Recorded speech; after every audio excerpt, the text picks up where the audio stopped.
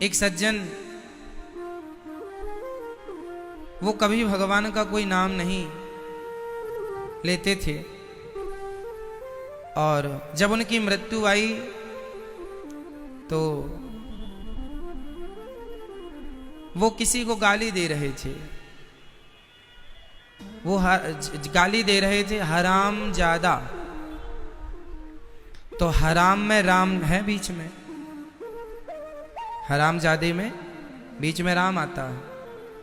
वो हराम ज्यादा कह के प्राण उसके निकल गए। किसी को बोला होगा गुस्से में, है ना, बूढ़ा था, कभी उसने कोई ना पुण्य ना दान कुछ नहीं किया था, कोई उसका प्लस पॉइंट था ही नहीं, पुण्य का कोई खाता था ही नहीं, केवल पाप, शराब पीना, मांस खाना, गलत काम करना।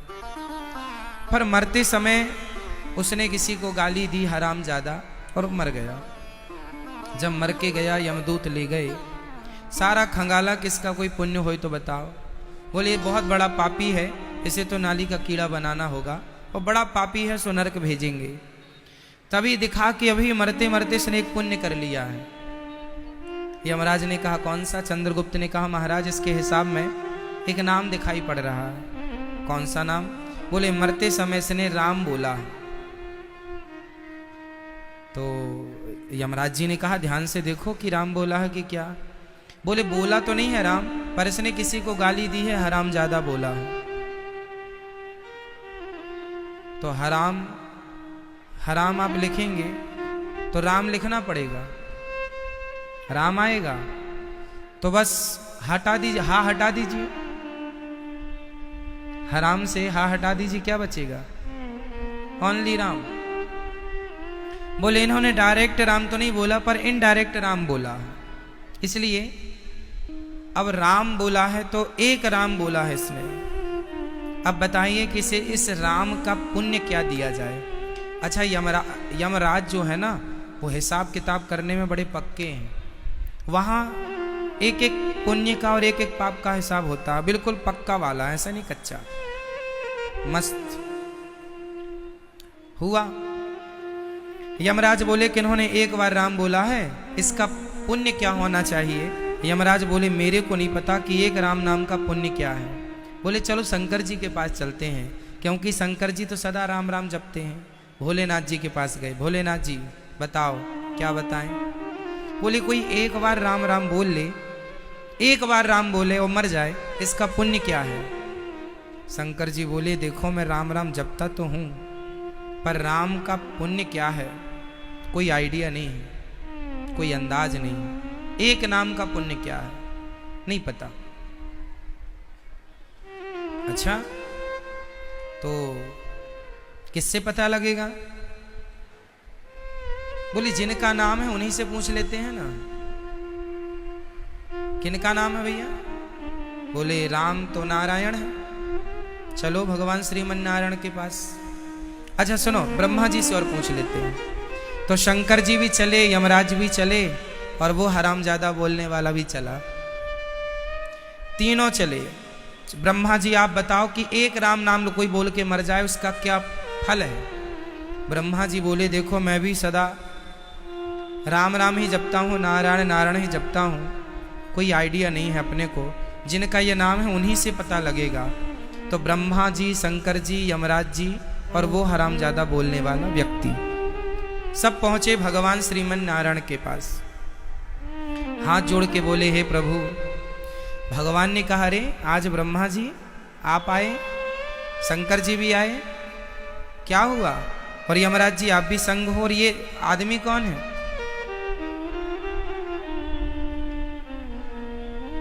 यमराज जी ने कहा महाराज ये मृत्यु लोक से एक आदमी आया है, हम लोग केस को सॉल्व नहीं कर पा रहे हैं, उलझ गए हैं, हम लोगों के पास कोई उत्तर नहीं है, तो संविधान निर्माता आप ही हैं, आप ही बताइए कि जो मरते समय एक बार राम का नाम बोलेगा उसका क्या करें हम? नरक भेजें कि स्वर्ग भेजें? जो आप आदेश करेंगे इसके साथ वही किया। हम अपने मन से कुछ करें और बाद में आप बोलें कि हमारा नाम लिया था और आपने उसके साथ ऐसा कर दिया। आप बताइए क्या करना चाहिए? फिर हम अपने संविधान में सदा के लिए लिख लेंगे। भगवान ने कहा बात क्या है? बोले ये फलाना व्यक्ति है, कोई पुण्य नहीं किया, सारी जिंदगी इसने पाप किया, चोरी की, डांका डाला, शराब पिया, पराई स्त्रियों का संग किया, गायों को मारा, ब्राह्मणों को मारा, बच्चियों को मारा, जितने गंदे पाप सब कुछ किया, महापाप, शराब सब। पर मरते समय इसके मुंह से किसी ने कोई ये गाली दे रहा था हरामजादा, और ये मर गया, तो इसके मुंह से राम निकला है इनडायरेक्ट। आप बताइए कुछ राम का फल क्या दे दूं इसे? बाकी तो इसे नरक मिलेगा ही। वो आदमी तो थर थर कांप रहा था कि भगवान ना जाने क्या बोलेंगे भाई। भगवान बहुत मुस्कुराए और मुस्कुरा कर पूछा, यमराज जी आप इतने भोले हैं कैसे प्रभु? आपको नहीं पता कि एक राम का फल क्या है? नहीं पता प्रभु, पता होता तो हम यहां तक क्यों आते? भगवान बोले ये बताओ आप सब कहाँ खड़े हैं? बोले बैकुंठ में। किसके आगे? जगत के पालनहार के आगे। तो बोले क्यों खड़े हैं? और कौन खड़ा है? बोले ब्रह्मा भी खड़े हैं, विष्णु भी, शिव भी खड़े हैं, ब्रह्मा शिव खड़े हैं, यमराज जी भी खड़े हैं। बोले क्यों खड़े हो? बोले इसलिए खड़े हैं कि इस आदमी ने एक बार राम का नाम बोल दिया। अरे राम का नाम बोलने का यही तो पुण्य है कि वह मेरे समक्ष आकर खड़ा हो जाता है। सो खड़ा हो गया, और उसके पीछे पीछे ब्रह्मा और शिव भी चलते हैं। सो देखो आ गए ना संग। तो एक नाम की ये महिमा, भगवान के एक नाम, वो भी श्रद्धा से नहीं, भूल से, भाव कुभाव, अनख आलस हूं, नाम जपत मंगल दिशि दसहूं। कोई भाव से, हम तो श्रद्धा से बोल रहे हैं राम राम। कोई दुष्ट आदमी श्रद्धा से नहीं, गलत भगवान को गाली। शिशुपाल कौन था? शिशुपाल कौन था? दुष्ट आदमी था। भगवान से कोई मोहब्बत थोड़ी करता था, प्यार थोड़ी करता था। जहां कन्हैया मिल जाए सो दो चार गाली चिपका देता था। अरे तुम्हारी औकात क्या है ग्वाले,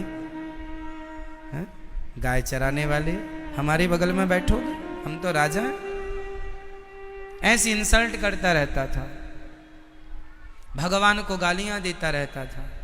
चूंकि भले द्वेष करता था, भले घृणा करता था, पर घृणा करता किससे था? बोलो, घृणा करता किससे था? बोलो, भगवान से। तो भगवान से आप कुछ भी करें, प्यार करें या घृणा करें, बस भगवान से करें। यदि आप प्यार कर रहे हैं या घृणा कर रहे हैं और किसी भी प्रकार से भगवान से जुड़े हैं, तो बस वो आपकी भक्ति है।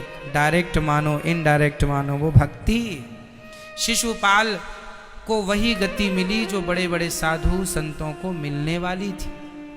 पूतना भगवान को जहर पिलाने आई कि नहीं? जहर पिलाया, अपने स्तनों भर के लाई और जहर पिलाया, उसकी सदगति हुई कि नहीं? कौन सा पुण्य किया था उसने? कौन सा यज्ञ तप जानती थी? आप लोग ये ना सोचा करें कि हम कलयुग के लोग हैं, हमें भगवान पता नहीं मिलेंगे कि नहीं, हमें तो बड़ी तपस्या करनी पड़ेगी, बड़ा ध्यान लगाना पड़ेगा, तब भगवान मिलेंगे। ऐसा नहीं है मेरी माँ। आप लोग जो वृंदावन आई हो, आप लोग जो अपनी व्यस्ततम जीवन में जो लोग नहीं आए, भले घर में बैठे हैं परंतु कथा सुन रहे हैं, आप अपने व्यस्ततम जीवन से जरा सा भी समय निकालकर जब भगवान की कथाएं सुनते हैं और श्रद्धा से एक बार ही श्री कृष्ण कह देते हैं, एक बार ही श्री राम कह देते हैं, उससे ही कई जन्म के पाप नष्ट हो जाते हैं। यह भगवान के नाम की महिमा है। केवल नाम, केवल नाम, हरे नाम, हरे नाम। कलयुग जोग न यज्ञ न ज्ञाना, एक आधार राम गुण गाना।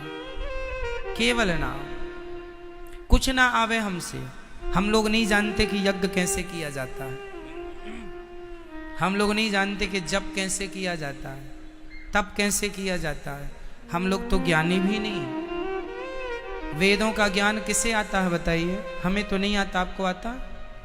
ना तो हम वेदों के ज्ञानी हैं, ना तो हम पुराणों के ज्ञानी हैं, ना हम कोई काम क्रोध को जीतने वाले महापुरुष हैं। हम तो तुच्छ आदमी हैं। काम सताता है, क्रोध सताता है, लोभ सताता है, हम में करोड़ों करोड़ बुराइयां भरी पड़ी हैं। अब बताइए, हम लोग तो साधनहीन हैं, अधम, नीच, पतित, खल, जितनी उपाधि उपमा दें अपने को सब कम है। ऐसे हैं दुष्ट आत्मा। वो तो पता नहीं कौन सी कृपा हुई मेरे श्याम सुंदर की कि उन्होंने कृपा करके हमें मनुष्य का चोला दे दिया, मनुष्य का शरीर दे दिया। हमें बंदर बना दिया होता तो हम क्या कहते? शिकायत किससे करते? नाली का कीड़ा बना दिया होता तो भी क्या कर लेते, और शिकायत किससे करते? उनकी बड़ी कृपा है, मुझे मनुष्य का शरीर दे दिया। अब मेरा धर्म है, उन्होंने तो अपना काम कर लिया एक मनुष्य का चोला देकर। अब हमारा धर्म है कि हम इस शरीर से उस परमात्मा को पालें जिसे पाने निकले थे और करोड़ों जन्म लग गए, अभी तक मिले नहीं। सबसे मन हट जाए और केवल नाम में मन लग जाए। केवल श्रीमन नारायण श्रीमन नारायण श्रीमन नारायण, केवल श्री कृष्ण श्री कृष्ण श्री कृष्ण, केवल सीताराम सीताराम। जो तुम्हें अच्छा लगे, आपका जिसमें मन लग जाए सब ठीक है। कोई राम राम कहे तो भी ठीक है, कोई कृष्ण कृष्ण कहे तो भी ठीक है, कोई श्रीमन नारायण कहे तो भी ठीक है, कोई ओम नमः शिवाय कहे तो भी ठीक है, कोई हरि शरणम कहे तो भी ठीक, कोई विष्णु कहे तो भी ठीक है। जो आपको अच्छा लगे वो एक नाम पकड़ लो और उस नाम से बहुत प्यार करो, उस नाम से बहुत प्यार कीजिए, और इतना प्यार कीजिए कि उस नाम के बिना रहा ना जाए। बस जब ये नाम में आसक्ति हो जाएगी, जब ये नाम में मन लग जाएगा, फिर मैं कहता हूँ कि आपका लोक परलोक दोनों सवर जाएगा। मैंने संसार को बहुत करीब से देखा है, आपने भी देखा होगा, आपका भी तो अपना तजुर्बा है, आपका भी तो अपना अनुभव है। आप बहुत अनुभव से देखे होंगे और भी देखिएगा। मैं निवेदन करूँगा, देखिएगा, संसार शांत नहीं, संसार में शांति नहीं। आपके पास कुछ नहीं था तब भी आप अशांत थे कि कुछ हो जाए, कुछ हुआ तो भी आप अशांत थे, कुछ हो गया है ये और हो जाता है ना, ये और हो जाता है। जब ये भी हो गया तब भी आप अशांत थे, ये हो गया ये और हो जाता है, वो भी हो गया फिर भी आप अशांत हैं, ये हो गया वो और हो जाता बस। और यही अशांति सारी जिंदगी हमें सताती है, यही कामनाओं की लहरें सदा जीवन भर चलती हैं, और इन्हीं लहरों में एक दिन हम डूब जाते हैं, पता ही नहीं चलता कहाँ खो गए, कहाँ चले गए, है ना। इसलिए तरक्की करना अच्छा है, पैसा कमाना अच्छा है, खूब कमाओ, पर उसमें उलझ मत जाना, है ना। शांति पैसों में नहीं है, शांति पत्नी में भी नहीं है। जिसकी एक शादी होती है, हमारे एक पहचान के सज्जन हैं, उन्होंने 2 शादी कर ली। एक और सज्जन है, उन्होंने 3 विवाह किए। एक सज्जन की तो दोनों पत्नी संग रहती हैं, और एक सज्जन की 3 पत्नी हैं, तीनों संग रहती हैं। एक दिन हमने उनसे पूछा कि आपकी 2 पत्नियां हैं, कई लोग कहा करते हैं कि देखो जी इनकी तो 2 पत्नियां हैं, काश हमारी भी होती। तो हमने कहा चलो आप ये बताओ, आपकी 2 पत्नियां हैं, आप बताइए आपका अनुभव कैसा है। आप तो एक पत्नी वालों से ज़्यादा सुखी होंगे क्योंकि आपकी तो 2 हैं। बोले महाराज वो लोग बहुत अच्छे हैं जिनकी 1 है, हम तो बड़े परेशान हैं, बड़ी चिंताएं हैं, बहुत तंग आ गए हैं जिंदगी से। अब सोचो कि जिनकी दो हैं, एक हैं वो इतने परेशान हैं, तो दो वाले तो डबल होंगे। आपको लगता है कि आनंद डबल होगा, आनंद डबल नहीं है, दुख डबल है, कष्ट डबल है, चिंताएं डबल हैं। 3 कर लिया तो तिबल। इसलिए जिनके पास आज 10 करोड़ हैं, उनसे जाकर मिलिए और पूछिए आपको शांति है। जिनके पास 20 करोड़ है उनके पास जाइए। जिनके पास 100 करोड़ हैं उनसे पूछिए। जिनके पास 1000 करोड़ हैं उनसे पूछ लीजिए शांति कहाँ है, किसे है। कुल मिला के परिणाम यही निकला, जिनके हृदय में सीताराम बसे हैं, श्री कृष्ण बसे हैं। जो व्यक्ति रोज जाग करके बड़े भगवान का चिंतन करता हुआ, स्नान ध्यान करके 2, 4, 10 मिनट भगवान का स्मरण करता है, अपने बच्चों अपने परिवार से हंसता मुस्कुराता मिलता हुआ, ये सोचकर घर से निकल जाता है कि ये काम करने जो मैं जा रहा हूँ वो मेरा काम नहीं, वो तो मेरे श्याम सुंदर का काम करने में जा रहा हूँ।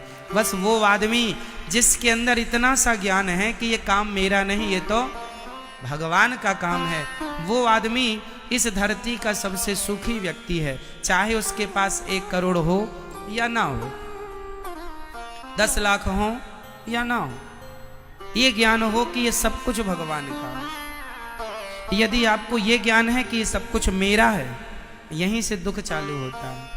और ये यदि चालू हो जाए कि ये सब कुछ भगवान का है, यहीं से सुख चालू हो जाता है।